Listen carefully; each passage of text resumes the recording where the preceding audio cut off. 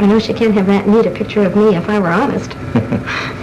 Besides that, I do feel I'm a little more ornery than their dad anyway, so I'm likely to do more things that they disapprove of. Sounds like you really find it quite hard to believe that they would really love you if they knew you. That's right. You know, that's exactly it. Before therapy, I would have definitely chosen the other area. I'm going to get respect from them no matter what, even if I have to lie. I see. Well, right now, I know that's not true. And I'm not positive they'll truly accept me. Something tells me they will. I know they will, but I'm not positive. I want reassurance. I keep wanting these Now you're things. in kind of a no man's land of probably shifting from one point of view toward them to another, but boy, you'd sure like somebody to say, that's right, you go ahead and do it. Yes, that's why I get encouraged when I read in a book from somebody I respect and admire that this is the right thing, no matter what, honesty will win out. Well, then that keeps giving me confidence, by gosh, I'm right. But It's so damn hard to really choose something on your own, isn't it? which makes me feel very immature. I don't like this in me. I wish I were grown up enough or mature enough to make my decisions and stick by them. But I need somebody to help me on, somebody to push me. So that you kind of reproach yourself for that, I guess, and feel, why, if I was anybody or if I was grown up, I'd be mature enough to decide things like this for myself. Right. And take more risks. I wish I'd take more risks. I wish that I could just go ahead and be this and say, however the children grow up, I've done my best. I didn't have to constantly have this conflict. And I'd like later years to say, no matter what you ask me, kids, at least I told you the truth. You may not have liked it, but it's been the truth. That somehow I can admire. I disrespect people that lie. I hate it. So you see what a double bind I am in. I hate myself if I'm bad, but I also hate myself if I lie. So it's accepting. I want to become more accepting. And I guess, judging from your tone of voice, you sound as though you hate yourself more when you lie than you do in terms of things you disapprove of in your behavior. I do. Because this has really bothered me. This happened with Pammy about a month ago, and it keeps coming to my mind. I don't know whether to go back and talk to her about it, or wait. She may have even forgotten what she asked me. But The point is, you haven't forgotten. I haven't, no. I haven't. And I'd like to at least be able to tell her that I remember lying, and I'm sorry I lied, and it's been driving me bugs because I did.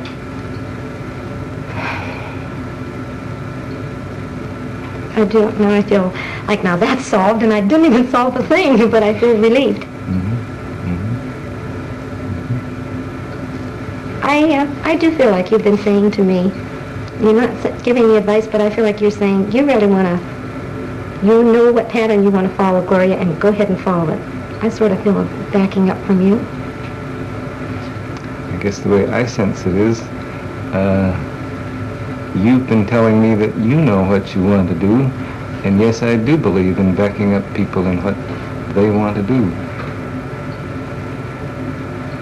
It's just a little different slant than the way it seems to you. Are you telling me? See, one thing that concerns me is it's no damn good you're doing something that you haven't really chosen to do. That's why I'm trying to help you find out what your own inner choices are. But then there's also a conflict there because I'm not really positive what I want to do. The lying part, yes, but I'm not positive what I want to do when I go against myself. Sure. Like when I bring a man to the house, I'm not sure I want to do that. If I feel guilty afterwards, I must not have really wanted to. And I'm interested that you say, I'm not just sure which words you use, but you don't want it, you don't like yourself or you don't approve of it when you do something against yourself. Yes.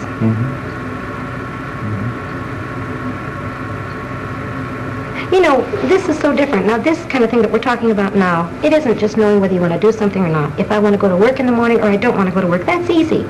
But when I find myself doing something I don't feel comfortable with, I automatically say, if you're not comfortable, Gloria, it's not right. Something's wrong. All right, now what I want to ask you is, how can I know which is the strongest? Because I do it, does that mean that's the strongest? And yet, if I disapprove, that's just part of the thing that's got to go along with it?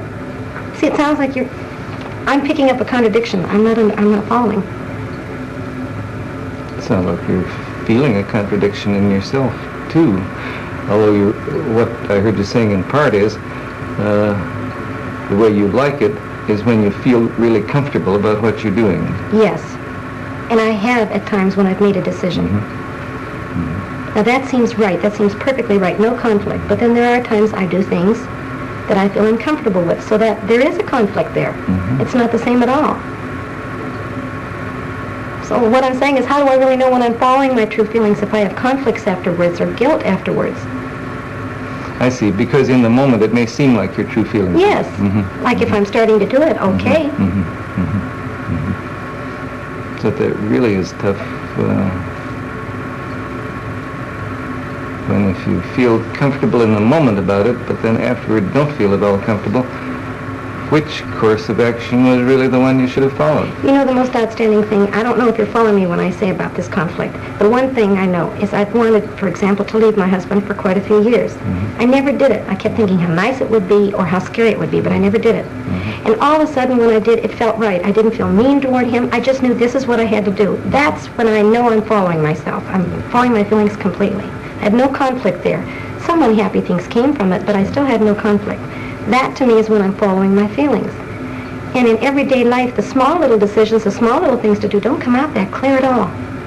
So many conflicts come with them. That's right. Is this natural? Although you're saying, I expect it is, but you're saying too that you know perfectly well the feeling within yourself that occurs when you're really doing something that's right for you. I do.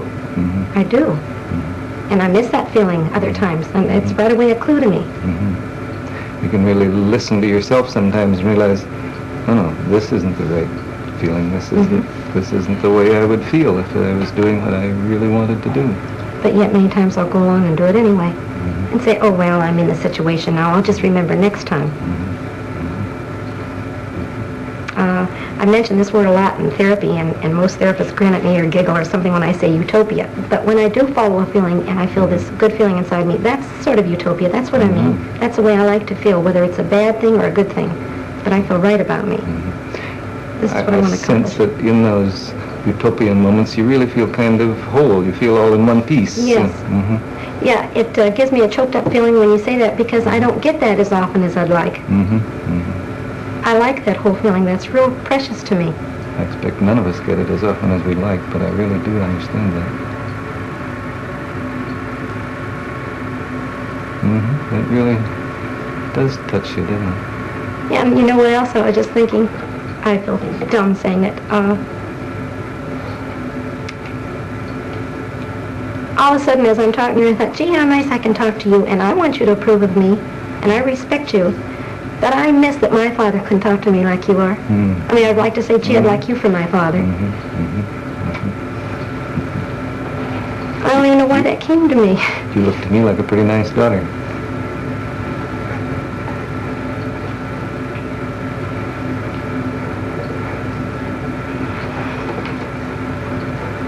But you really do miss the fact that you couldn't be open with your own dad. Yeah, I couldn't be open, but I want to blame it on him. I think I'm more open than he'd allow me. He would never listen to me talk like you are. And not disapprove or not lower me down. Yeah, I thought of this the other day. Why do I always have to be so perfect? I know why. He always wanted me to be perfect. I always had to be better. And, yeah, I miss that.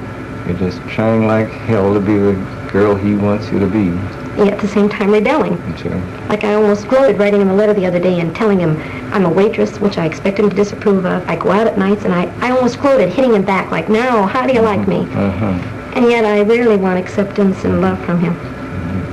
I mean, I know he loves me. So you slap at him and say, this is what I am now, see? Yeah. But you raised me. How do you like it? But you know what I think I want him to say? I knew this was you all along, honey, and I really love you. I guess you really feel badly that you think there's very little chance he'll say that. No, he won't. He doesn't hear. I went back home to him about 2 years ago, really wanting to let him know I loved him, although I've been afraid of him. He doesn't hear me. He just keeps saying things like, honey, you know I love you. You know I've always loved you. And he doesn't hear.